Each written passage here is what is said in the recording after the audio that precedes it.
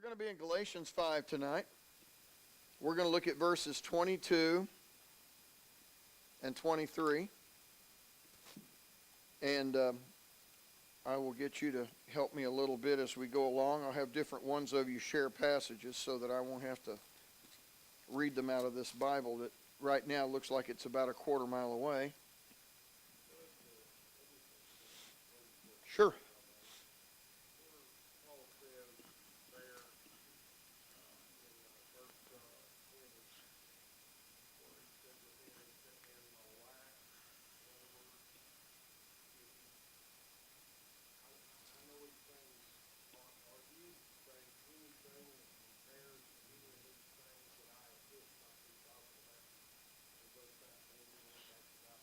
Right. Right. So the question is, and I'm summarizing this for our video, the question is in Galatians 5:20, where Paul finishes the long list of sins of the flesh, and then says, and the like. That's simply the Greek way of saying etc. Which tells me that Paul's list here probably targets specific behaviors that he has heard of or observed in the Galatian church, and was never intended to be a thorough and exhaustive list of all possible sins of the flesh. It's also God's delightful way of leaving the door open for things that could come up in future generations that could not be anticipated in biblical times. You know, sexting on your telephone to somebody else is not a sexual sin that is likely to be covered in the New Testament period to the Galatian church. But it certainly falls under the statement, and such like. And that's what Paul's intending here. He says, you know, he gives you the biggies, and then he says, and stuff like this. The assumption being, I mean, come on, common sense. You all know what I'm talking about. Stuff like this. We know what immoral behavior looks like. It's like the old justice said in the Supreme Court years ago when they had the big debate over pornography. He says, I can't define it, but I know it when I see it. And, you know, I think sins of the flesh are a lot that way with people. Most folks know pretty well. Now, if you don't think most folks don't know what sins of the flesh are, let a Christian commit something and then listen to what his unbelieving friends point out to him. You know, they'll act like they don't know the Bible very well, but if you do something you shouldn't, they'll be the first ones to call you out, which tells me they know full well what it is. And you got to assume if an unbeliever knows what it is, then a Christian ought to have some sense of what it is. So, you know, I think Paul's just giving us that. Let's look at this last few verses here. Galatians 5 is a study in contrasts. The contrast is between living by the Spirit, living in the flesh. The contrast is keeping your thoughts and actions on a higher level and you know, having the higher bar that you try to live up to, or simply devolving into the culture around you and living the way everybody else does. It's the question of, you know, do you listen to God or do you listen to Satan? Are you guided by scriptural principles or not? And so what Paul is doing with the Galatians in chapter 5, especially toward the end, is he's calling them to life in the Spirit. He says you know, serving God is not, and this is part of Galatians 2. Serving God is not living by the law, it's living by the Spirit. Which means that serving God is not so much following a set of rules like dietary instructions and things like that, as it is living your life on a level of moral integrity. Moral integrity regarding the use of your body, the way you treat people, the use of your tongue, where you let your hands, your feet, and your eyes go, being able to control yourself, being able to moderate your life, being able to think of the other guy as well as yourself, these kinds of things. And I'm going to tell you something. I really think in the church, this is one of our greatest failings. is that we've been so good about indoctrinating people about doctrinal issues, but we don't teach our people about moral integrity. You know, you follow the rules, but you live like the devil. And to me, that's just a massive disconnect. You know, we've got to learn that the way we treat people, the way we respond to situations, the way we conduct ourselves in the ungodly culture that surrounds us is very, very much the measure of what kind of Christians we are. That's how you let your light shine. You don't let your light shine with a lot of talk. God's not interested in you talking smack to people. God's interested in you demonstrating in your lifestyle that you serve God on a higher level than most people do. And so Paul, having discussed the sins of the flesh, and he says, by the way, let me remind you, people who do this kind of stuff aren't going to go to heaven. People who do this kind of stuff, they're not going to inherit the kingdom of heaven. Make no mistake. Don't, you know, even if you're in a religious denomination that legalizes one of these behaviors and half of your ministers come out and admit that they're engaged in it, and that just shows them that the church needs to employ all of their strengths, including who they really are as persons. You know, all that sounds culturally very nice and very appealing, but God says it's wrong, and so he says if you do it anyway, you know, you're not going to go to heaven. You can call yourself anything you want. You can wear whatever outfits you want. You can go to church. You can carry a Bible. You can do all that stuff, but he says you do this stuff, you're not going to go to heaven. I mean, it's just what it is. That's not a matter of us as Christians calling folks out on that and getting some kind of satisfaction out of it, like, oh, well, I'm everything I should be and you're not. That's not the point. These sins of the flesh are, for the most part, very concrete things. Some of them are actions. Some of them are attitudes that are reflected in actions.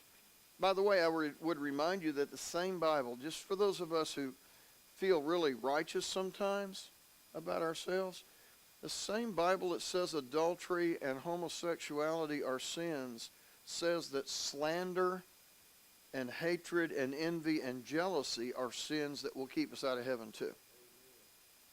Because Paul puts those in the same list. Sowing dissension, dividing people, resentment, uncontrolled anger. He says that stuff's just like adultery and all that stuff. You go to hell for it. It's just bad stuff. But then he turns around. He says the fruit of the Spirit, and the word fruit is a single word. It's a singular. And I think what he's talking about here is this list that follows. Let's just look at it real quick. Verse 22. Is it 22? Yeah, vaguely I see down in the distance there. He says the fruit of the Spirit is, now listen to this, love, joy, peace, patience, kindness, goodness, faithfulness, gentleness, and self-control. There's, 9 things. It's interesting that these 9 things, I don't think they're progressive. Now, I think when you look at the 2 Peter passage where he says, add unto your faith virtue, and your virtue knowledge, your knowledge temperance, and so on, I think Peter may be playing there with a progressive thing where he says this is your starting point in building a stronger Christian life, and once you get a kind of a handle on this, then move to this and try to progressively. These are not, I think what Paul's saying here is, if this stuff in earlier verses is the kind of stuff you see ungodly, worldly, non-Christian people do, these are the kind of attitudes you see Christians demonstrate. I don't think it's like try one and then add another, because I'll tell you, if he's doing that, he's starting at the wrong spot, because the first thing he mentions is love. And every other place Paul writes, he suggests that the highest, most noble, and most elusive quality we have to develop in our life is love. He says it's the hardest one. Speaking of the true love, the word agape in Greek, the agape love, the God-given, God-demonstrated love of the cross, unyielding, showing unconditional, grace-filled love toward others that says, I will always do, even sacrificially, what's best for you in order to heal your relationship with God and make you a stronger person in the faith. He says that's the pinnacle of a Christian's development. If you get to where you have that kind of absolute, unselfish, unconditional love toward all men, everywhere, all the time, congratulations, you've arrived. So I don't think this list is intended to be either a bottom to top or top to bottom. He simply says, people who live in the flesh do this stuff, people who live in the spirit do this stuff. And so this is the stuff Christian people do. I would strongly urge that it would be beneficial to all of us to take these 9 words and do a personal study of each of them. Just look each word up and go to a place like BibleGateway.com, and in the bar at the top where you do the search, instead of searching for Galatians 5, and then it'll bring up the text, you can type in the word love, and it will literally list for you every passage in the Bible in whatever translation you choose where the word love comes up. Now let me give you a warning. If you type in the word love, it's going to overwhelm you. You're going to get 5, 6, 7, 8, 900 references. It'll take you weeks to go through all of it. Some of these words, not so much. You type in the word self-control, you're going to get several pings. You might get 100 passages. But it would be well worth your time to do a study of what the Bible says about each of these terms, because these are, I'm going to tell you something, folks, these are the things God's looking for in us. You know, sometimes when preachers send out these lists of doctrinal questions they want you to fill out and send back, I often want to make a list of these 9 things and send it to them. What's your position on these 9 things? What's your doctrinal position on love? What's your doctrinal position on patience? What's your doctrinal position on forgiveness? What's your doctrinal position on self-control? Those are important too. Because what does God say what does Jesus say to the Pharisees? He says you've got the rules, but you don't have the concepts. He says you tithe your mint and cumin, but you don't pay attention to the things that really matter. And what are the things that he said really matter? Mercy, forgiveness, kindness. This sounds like Jesus here. Love, joy, peace, patience, kindness, goodness, faithfulness, gentleness, self-control. Pretty good list. Can we look at them? And again, scattershot. We're just going to fly over top. We're going to do a drone survey. We're just going to fly over and kind of get the lay of the land. That's about all we have time for tonight. At the end of class, I'll tell you what our schedule is for the next several weeks, because a lot of craziness as different ones of us are in and out of town, including me. I'm going to miss probably more in the next 6 weeks than I've missed in the last 6 years. So that's, can't stand you guys. I got to get away from you. No, not really. I'm just being me. My wife says I've been doing a lot of that lately. We're driving to church tonight. She looks up and says, I got my hair cut today. I said, that's nice. How does it look? It's nice. It's completely different. Don't you think it looks nice? Honey, it's great. I'm glad. My heart's just full of love and joy. And I want to go home and go to bed. So, I'm not a very good husband sometimes. But we were driving to church in the new car I drove to Nashville and bought her yesterday. So that's why I'm tired today. So, anyway, all believers have the fruit of the Spirit available to them. These 9 things are not elusive and hard to find. They're right there for the taking. It's just a matter of, are you going to take them and appropriate them in your life? Some of us are better, some not so much. What you may need is for God to ramp you up in one of these areas of fruit. Don't think of these as 9 different kinds of fruit. Think of these as 9 fruits on the same tree. God calls us to bear fruit for Him. I understand that long term, bearing fruit means bringing the lost to Christ. But bearing fruit also means, on another level entirely, demonstrating the fruit of the Spirit in our lives. And by the way, you have to demonstrate it. You don't just have love, you love people. You don't just have patience, you demonstrate patience. It'll be obvious. It'll be obvious when you're in the line at Christmas time somewhere. It'll be obvious whether you have patience or not. It'll either be demonstrated or it will be denied by your actions. So that's really important. Believers need to make sure they're growing spiritually. And so what God's asking us to do is look at our lives, do a little fruit inspection. How you doing? He says, number 1, He wants us to love. Now, John puts it this way in 1 John 3:18. John says, dear children, and this is a good definition of it. He says, dear children, let us not love with words or speech, but with actions and in truth. I don't know of a more obvious statement of the fact that love has to be demonstrated by actions.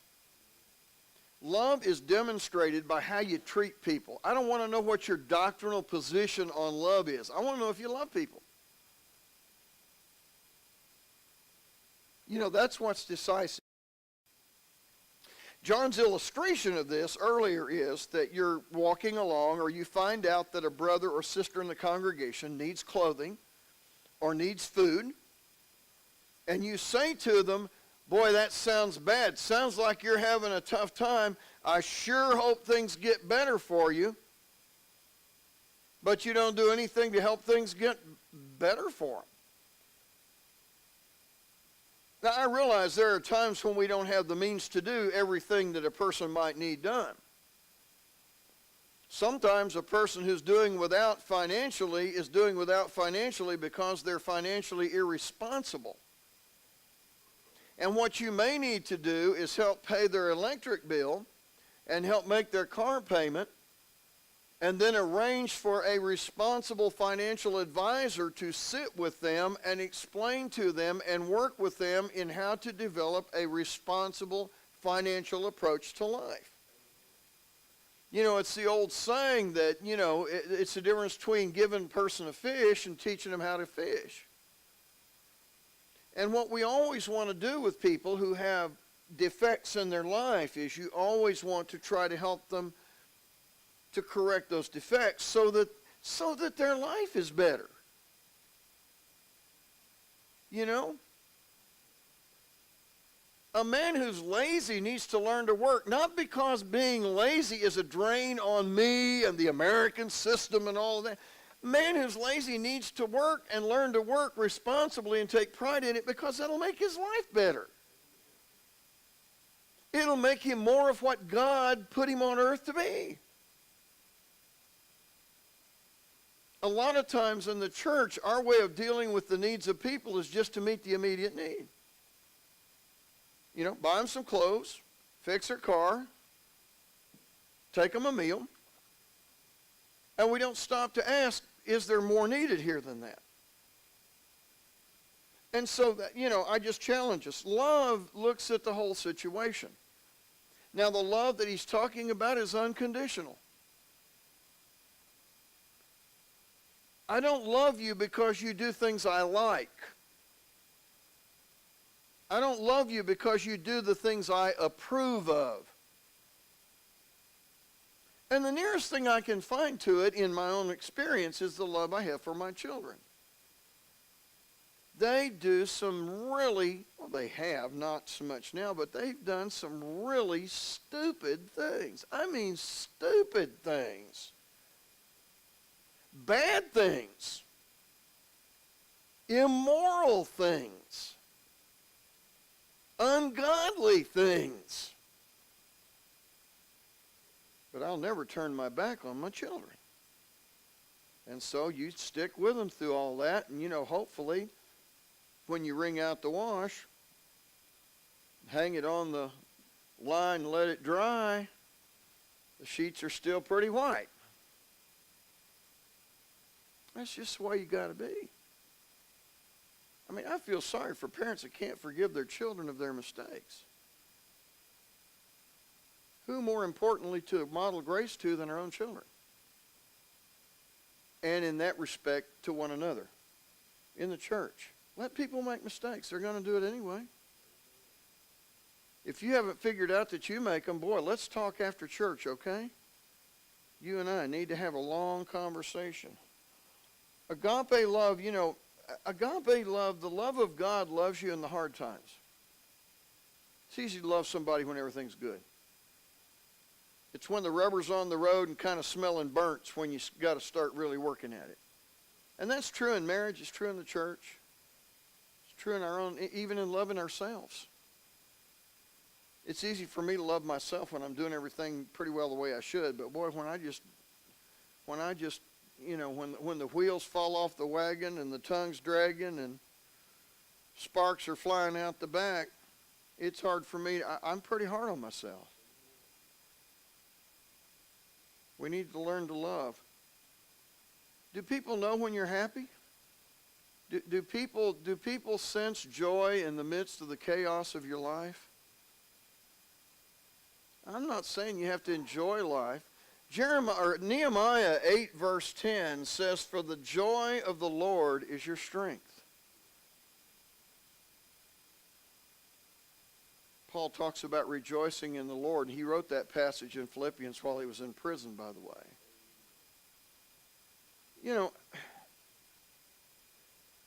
Life isn't always okay. Sometimes life's not even good. In fact, to be honest with you, between you and me, sometimes life just flat stinks. Sometimes it's really lousy, bad, crummy. Throw it out. I had a guy ask me at school this morning, something happened out in the parking lot. I don't remember what it was. He says, I know what it was. He was late. It was pouring. I don't know if y'all got rain here, but this morning, right about 5 minutes after I got to school, the bottom fell out in Cookville. It poured rain. It didn't just rain. It poured rain for 4 straight hours. We probably had 25 kids late for school today. So this old dad pulls in, he parks his little SUV, gets out. By the time he walks around the car, gets his daughter out, and he's parked right at the portico. He already looks like somebody showered him down. He looks like somebody hosed him, And he's walking in, and he's kind of grinning at me, and I know these guys. They're just good people. He looks up, and he smiles. He says, "Any chance we could get a mulligan today?" And I thought, yeah. I said, well, if anybody deserves one today, it'd be a good time to get it. Because it was a mess. It was a mess. Sometimes life's like that. You ever wish you could have a mulligan? Let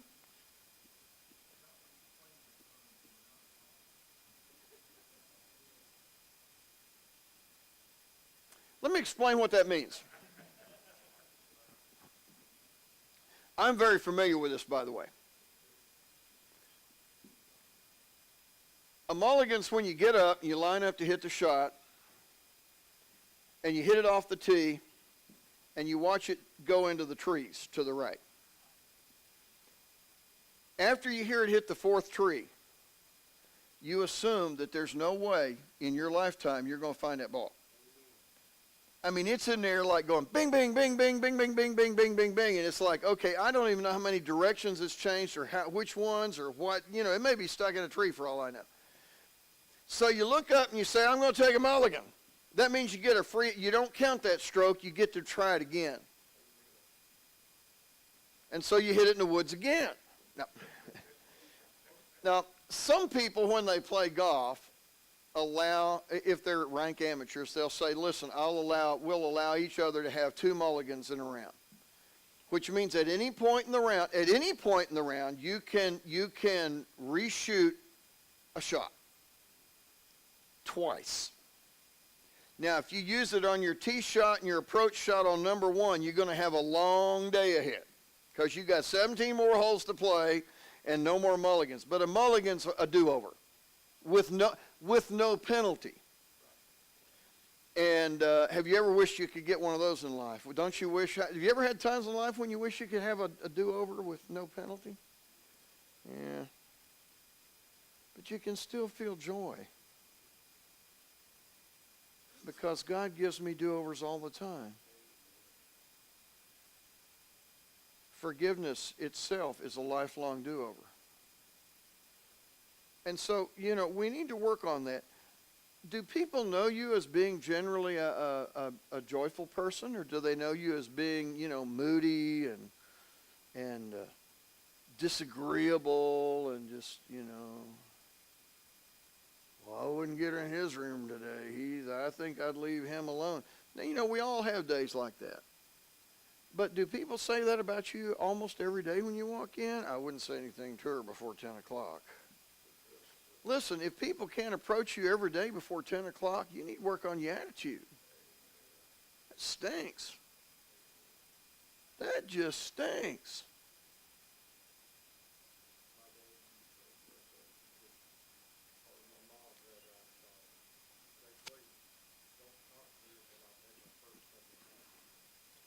I've issued that warning, yeah. How about the word peace? How much peace do you actually feel? Paul says in Philippians 4 that we need to make our requests known to God with thanksgiving. That's the joyful side of it. We need to give God thanks and then let God know what we need in every situation. In every situation. And the last statement he makes is, and the peace of God, which transcends understanding, will guard your hearts and your minds in Christ Jesus. Peace serves a guardian purpose on your faith. If you are constantly in turmoil and you're constantly just agitated and you just cannot relax at all, it jeopardizes your faith. And we see it all the time. We experience it in our own lives, don't we?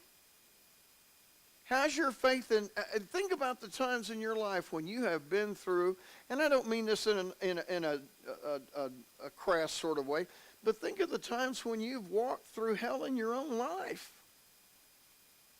I mean literally. How was your faith? Mine wasn't too good. Mine wasn't too good. You don't want to go to church. If you do, you don't want to see anybody. If you see anybody, you don't want to talk to them.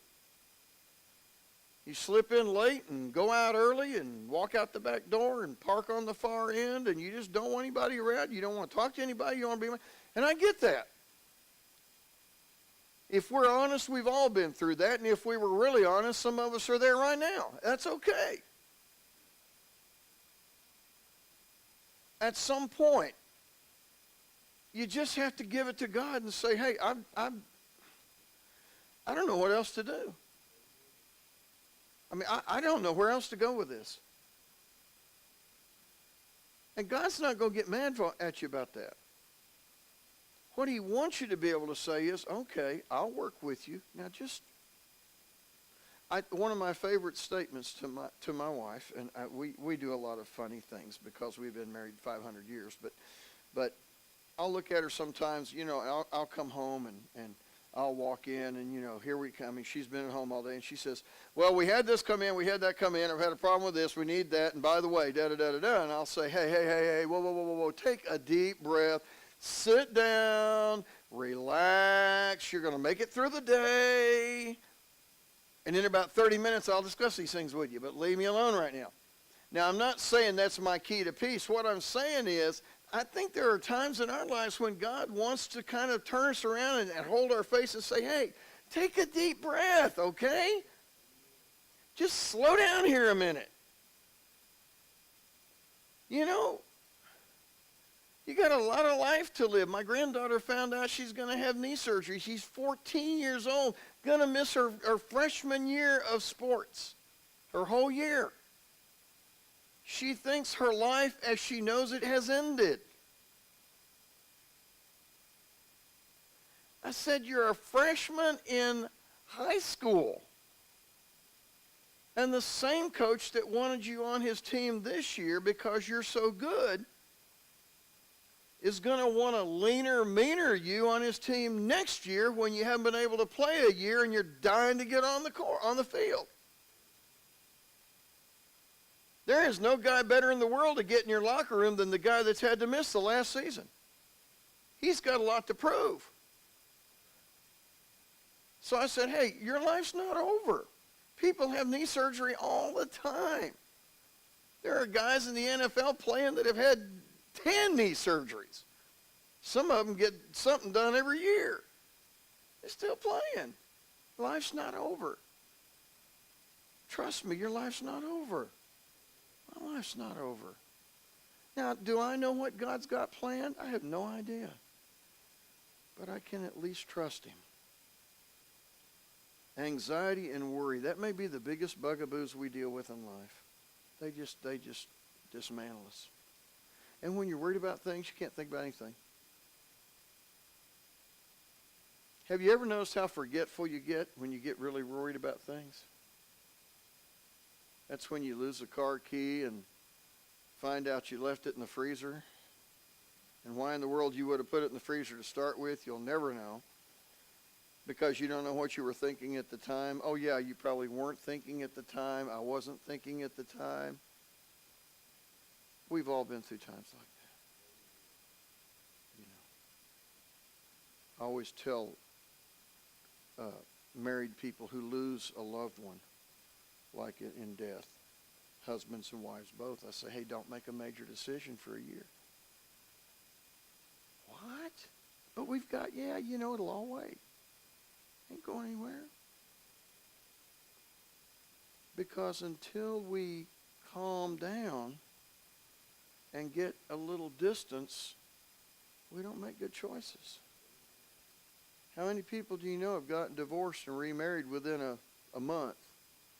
Oh, I met her and she was perfect, and that lasts about 3 weeks, and then they're looking around again. We just don't make good choices when we're not at peace. You know.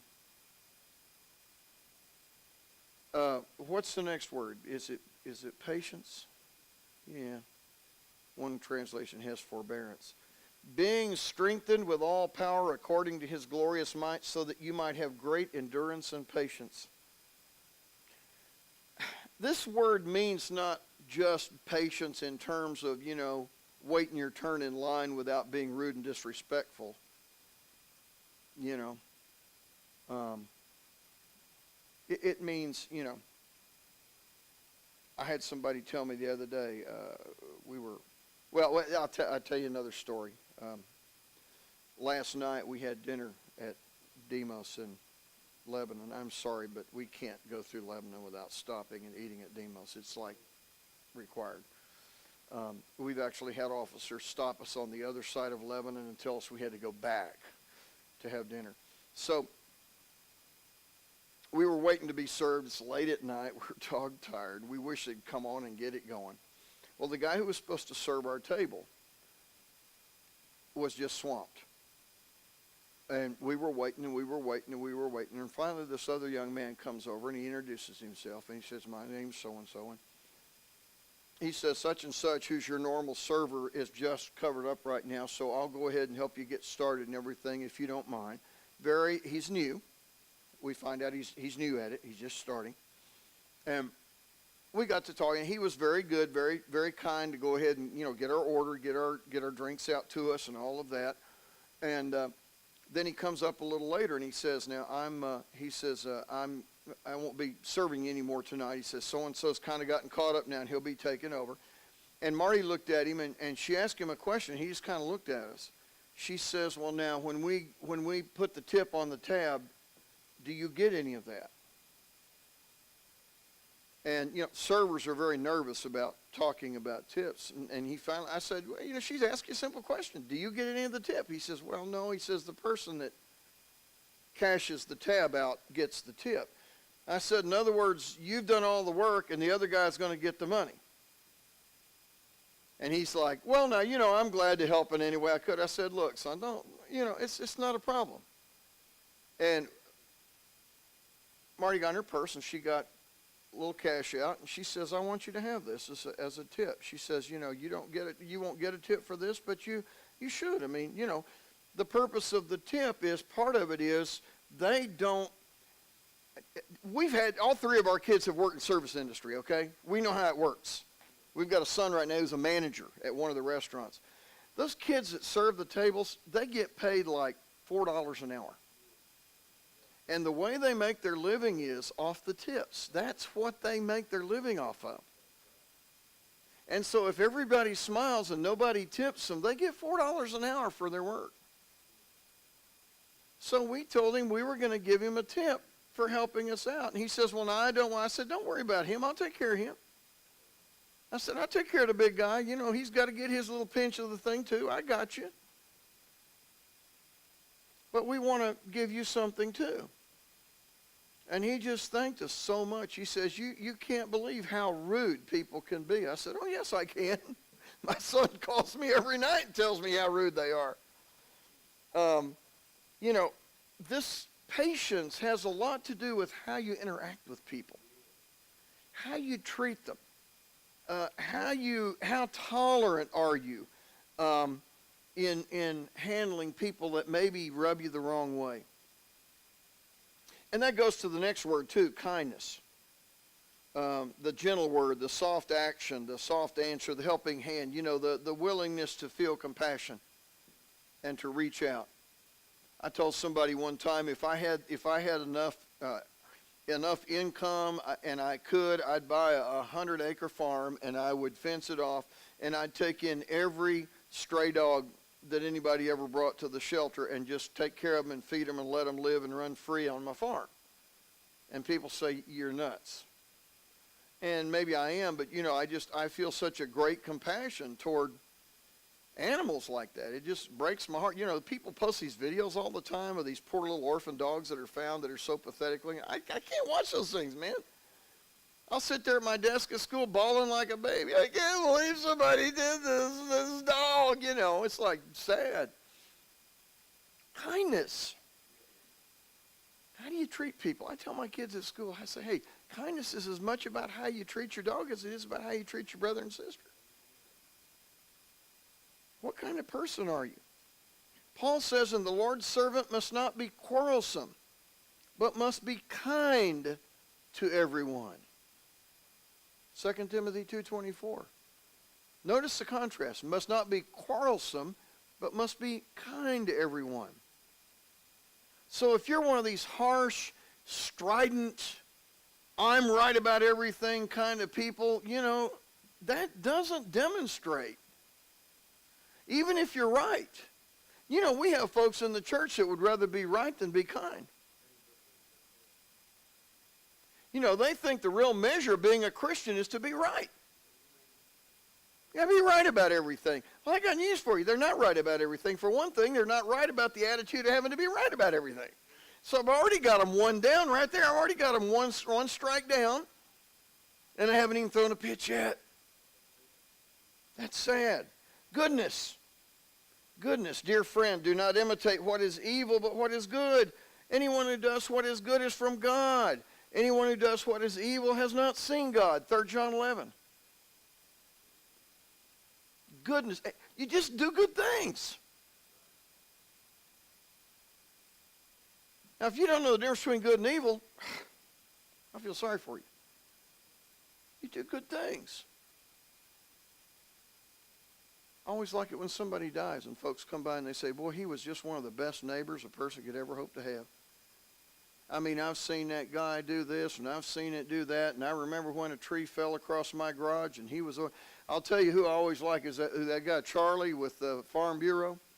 I love that commercial where they have the tornado, the tree falls on the house, and him and the son pull up in the truck, and he says, now, Dad, tell me how this works again. He says, don't these people already have insurance and everything, already got coverage and everything?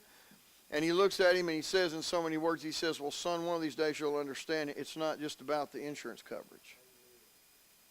And then he says, what did he tell him to grab out of the? grab the handsaw out of the back of the car. And he walks up and says hi to the people by first name. And it's obvious what he's come over for. And he's not their agent, by the way, because if you watch the commercial, the agent's already there making notes. He's not coming over to be the insurance agent. He's coming over to help his friends get the tree off their house. That's good stuff. That's goodness. That's goodness. You know? That's part of the love. See, all these are interrelated. Faithfulness. You know? Paul says in 1 Corinthians 4:2, it is required of those who have been given a trust that they must prove faithful. If I give my banker $5,000, I expect him to handle it properly and give me a proper accounting for what he does with it. Would you agree with that? If I buy a vehicle, which I just did, I like transparency. If there's something wrong with it, tell me. I'm a big boy. I can live with it. You know, I like some of the new shopping tools they've got for vehicles. You can check the history. You can check the ownership. You can check the accident history and the repair history. You can price other vehicles similar to it in the area around you. It's very hard for a car dealer nowadays to rip you off. Because we walked in last night, by the time we got done talking, that guy looked at me, he says, man, he says, you know more about me than I know about myself. Because I'd gone online, read all the reviews of this dealership. I knew what people thought. Now, I didn't always get good reviews either, man. I had one lady write, says, man, if you ever want a really bad experience, buy from these guys. But there were 25 others that said, man, this is the greatest bunch of people I ever dealt with. So I didn't know if she just didn't have peace in her life or what, but she wrote that review or what. You know, we're all exposed online all the time. Faithfulness means you're dependable, you're steadfast. You're going to be there. You're going to do what you promise. You're going to be faithful. And you know, let me just say this in passing. And you may shake your head and say, boy, you remember years ago, a lot of us that grew up in the church, when we were very, very young, all we ever heard about was attendance. You got to attend church, you got to attend church. Well, now we've gotten where in the church we don't even bring it up as if it doesn't matter. Are you willing to make a man an elder in the church who shows up once a month? You going to make him an elder?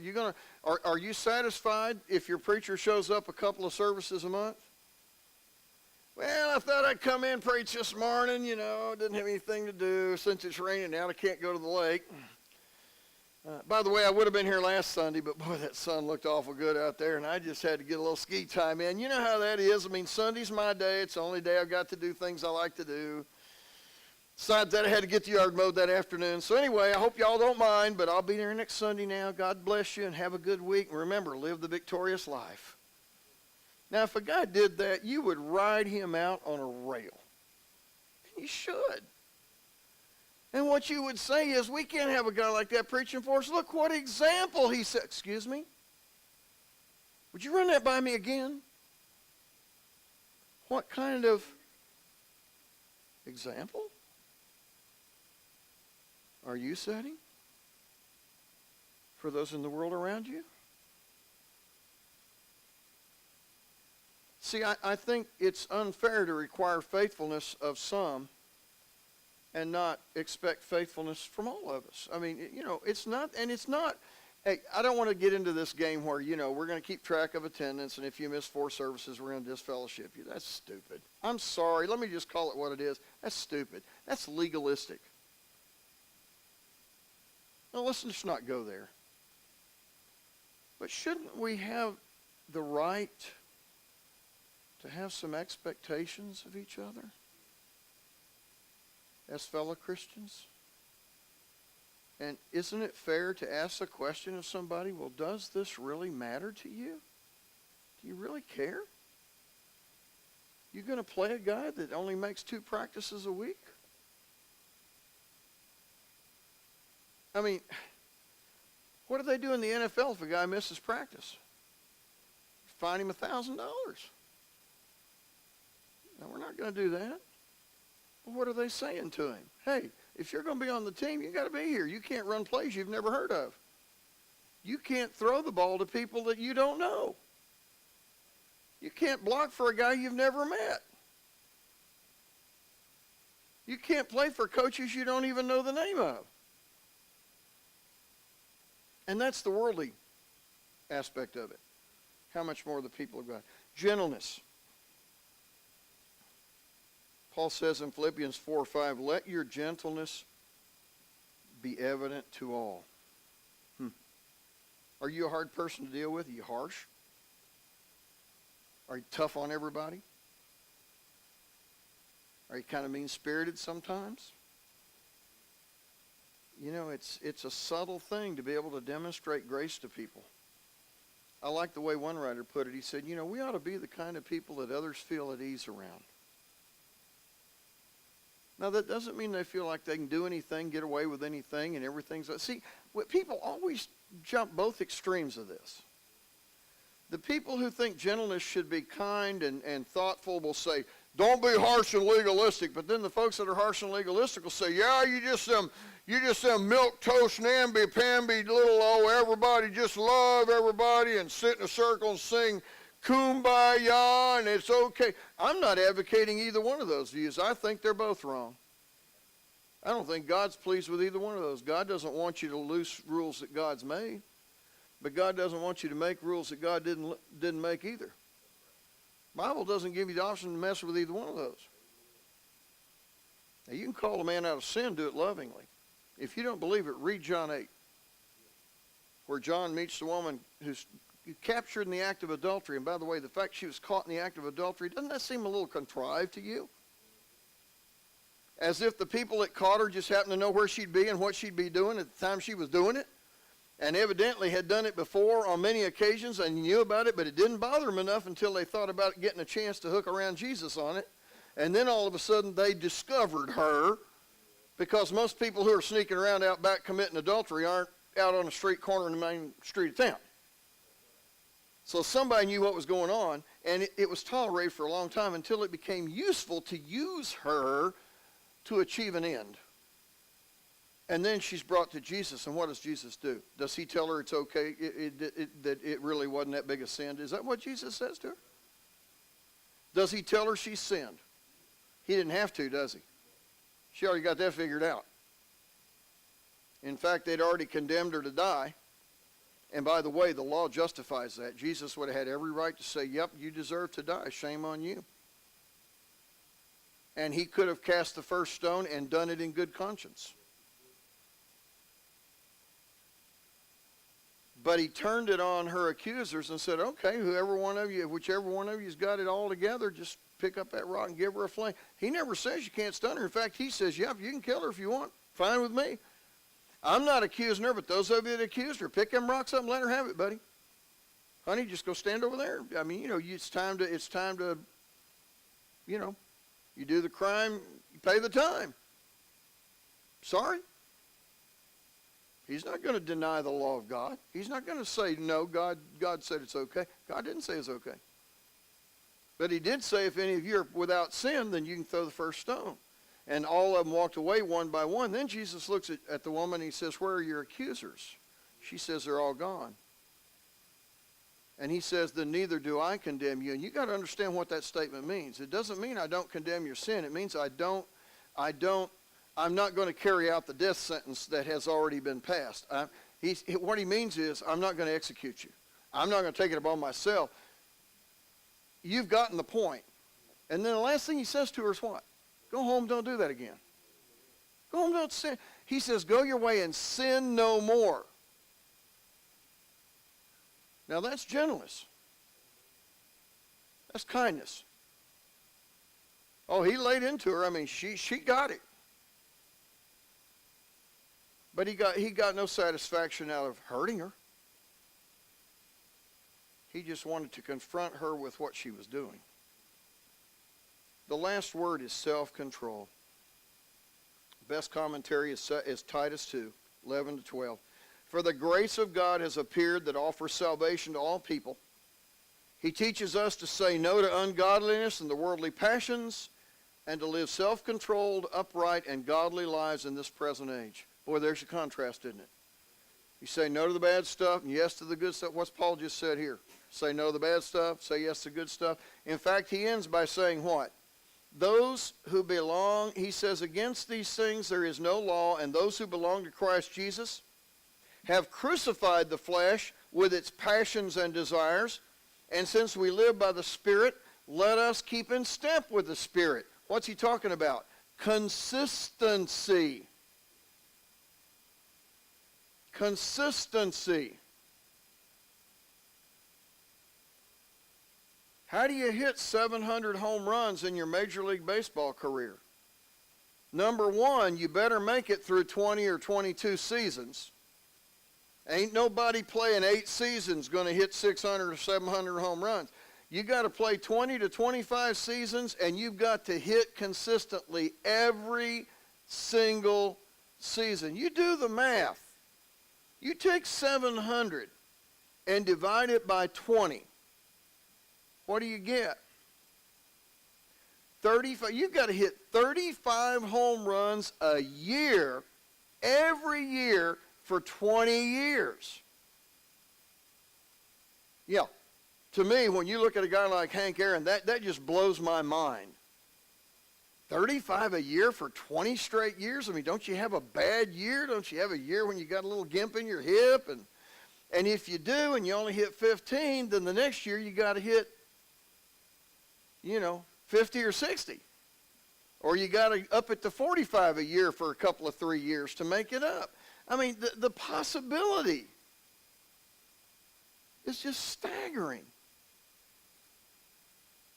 I mean, Pete Rose hit over 4,200 base hits in his baseball career. That's 200 hits a season for 21 seasons.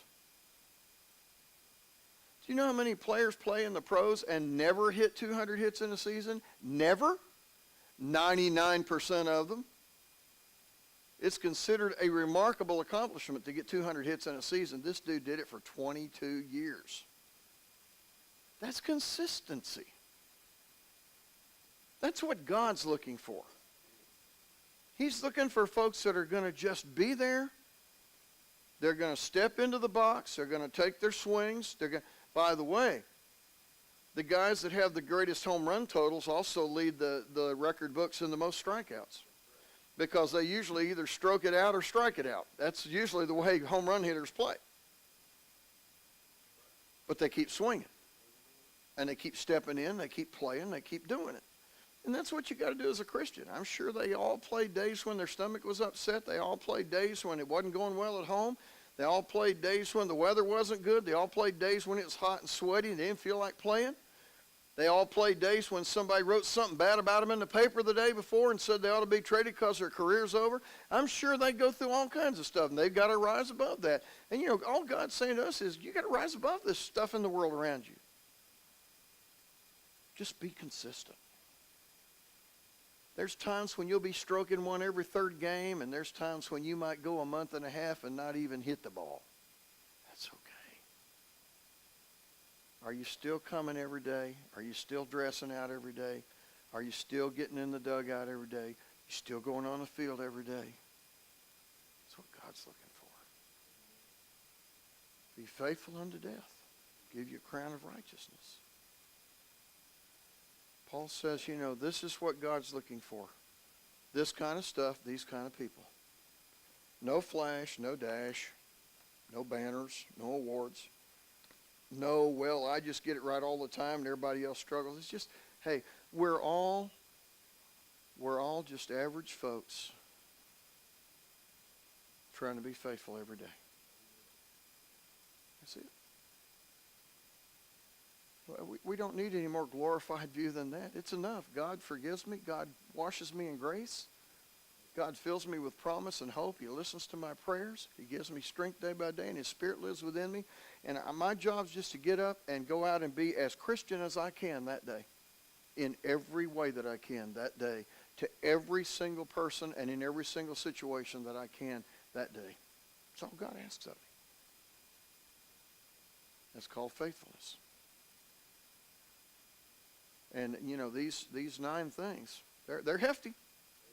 They're hefty. It's hefty stuff.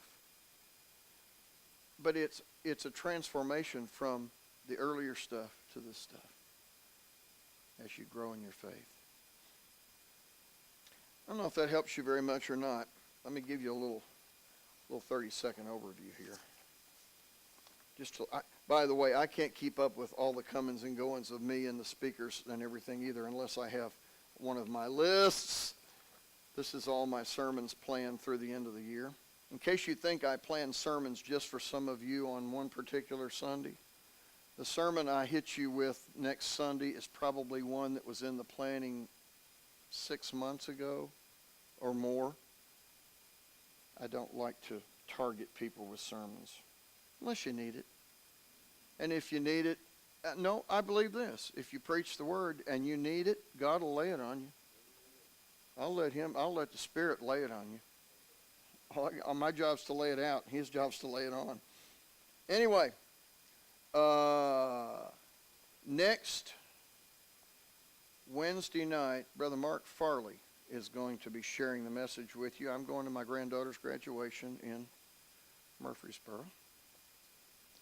And then the last Sunday of the month, the 29th, Mark Farley will be preaching that morning. We don't have evening service. And then that Wednesday night, Comer. That first Wednesday night of June, Brother Comer will be sharing a lesson with you. And then the next Sunday morning in adult class, which I am supposed to start teaching, but I won't be here, Darrell Turney will do the lesson, Butch Bess will preach that morning, and Comer will preach that Sunday night. So anyway, that's kind of coming attractions. And then a little bit later in the month, I'm gone another Sunday, and Fred will be speaking, and other people will be doing other things. So anyway, we've had to have a scorecard in the last, for this month and next month. We've literally, the elders and I have had to have a scorecard to keep up with who's doing what, where, and when classes change. And on top of all that, our Bible school quarterly rotation switches the 1st of June. So we're at the end of a quarter and the beginning of a quarter. It's crazy. But anyway, we will have one more lesson in here, and that'll be 2 weeks from now, and we will go to 1 Corinthians 14 or 12, and we will look at the gifts of the Spirit. Not the gift, not the fruit of the Spirit, but the gifts of the Spirit. And in this case, we're talking about miraculously issued powers from the Holy Spirit. And we'll talk a little bit about what that's all about. Anything else we need to do? Have I got you thoroughly confused this evening? I hope. That's my job. All right.